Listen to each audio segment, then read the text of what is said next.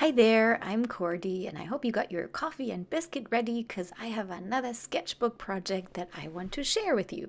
So sometimes I end up with sketchbook pages like this, and it happens when I pick up something new from the art store, like a new brush or new paint or new pens. I take a page and I just squiggle around and try out what it feels like to use that new medium. So on days when I don't quite know what to draw, I turn to these pages and I start doodling. I do little splash doodles and they end up looking like this. I just turn them into little characters or flowers or just little patterns. So I thought it would be fun to show you how I do that, and then you can go off and make your own splash doodles. So here we go. I prepped a couple of splashes for you. So let's get started with this one. Now I find this a little difficult, but I do see here that that looks a little bit like a bear. So because there's this other part, I thought we're doing the obvious thing and turning that into a lollipop and then have the bear peeking out behind it. So here we go. That's a really silly one, but it does work. Give it a little three-dimensionality. Let's put this as a warm-up one. Now this next one definitely looks like a face to me. Do you think? I can see a scarf down here wrapped around a lady's face. Put the eyes, nose, maybe the mouth peeking from the scarf, and add a couple of details for the hair. Yep, what do you think? Next one. Now this one is a really difficult one, I find, but I did come up with something. So yeah, forgive me, it's not the most creative one, but here we go. It's a toothbrush. So this looks to me like a toothbrush. Here we go. I hope you can see it's a little bit dark, but yeah, here we go. So that's the toothbrush, and then this is the toothpaste. Don't laugh. Okay, here we go. Toothpaste is rolled up, and then the toothpaste is squeezed out down here. Maybe you come up with a better one. But yeah, it's just about, getting stuff on the page and making those squiggles look like something. All right. Now, a little detail here you can add with the gel pens, with a white gel pen or even colored ones. You can go on top of them, of those splash doodles, and maybe add some details. So next up is this one.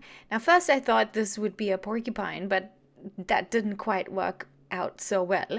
So here I want to show you something that I do when I have no idea what to do. I just outline the shapes that are there and wait until I see something, until it looks like something to me. So in this case, I kept going, and all of a sudden it looked like a flower to me, like a beautiful open flower. So that's that one. Next one. So this one is kind of like two things to me. This right part looks a little bit like a jellyfish sort of swooshing past.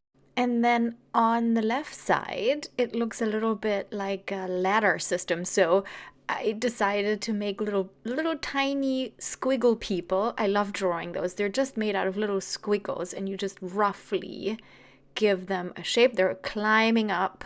It's a little hard to see because it's dark. I'm adding some white details for you to make it a bit more visible, but they're all just climbing up through those segments. So all the splashes on this sheet were done with ink. Now I have another one prepared for you where I was testing out pastels. So let's look at this one. I think this one is a face with a huge nose, like a pear-shaped face. Check this out. Ears. I think he looks funny. Now the next one, I was testing out what stencils do with pastels. So it looks to me like an alien, a fluffy ball alien. Here we go, giving it some little details, and obviously it's gonna need legs. Here we go, quick, and arms. All right, Here's our alien.